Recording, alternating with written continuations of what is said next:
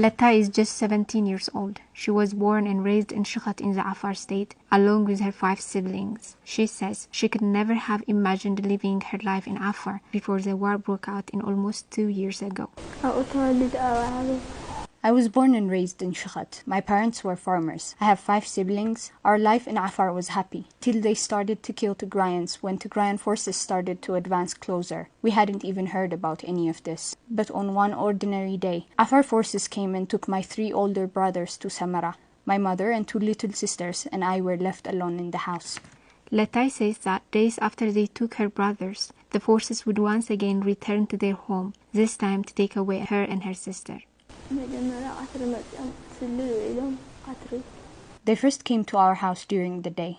They were just staring at us the whole day and left at dusk. Then they came back at night and broke into our home and said they were going to take me and my sister.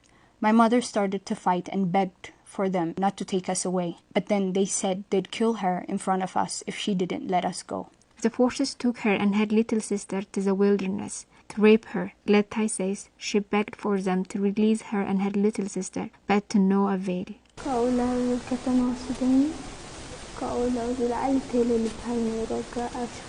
They took us downtown and then to a place called Tele in the wilderness. Right when they were about to start raping us, I started to beg them in the name of Allah to please stop. He raped me right there. But fortunately, he didn't rape my sister. They told us to wait 30 minutes before moving. We were really scared that they would come back, so we moved and waited on the other side till morning. Letai, like many other survivors of sexual violence in Tigray, is yet to receive any type of psychological support and continues to suffer in silence. Every night, I think I see them coming, so I can't fall asleep. If I somehow manage to close my eyes, I have nightmares. I just try to keep my eyes open throughout the night, so I can never rest.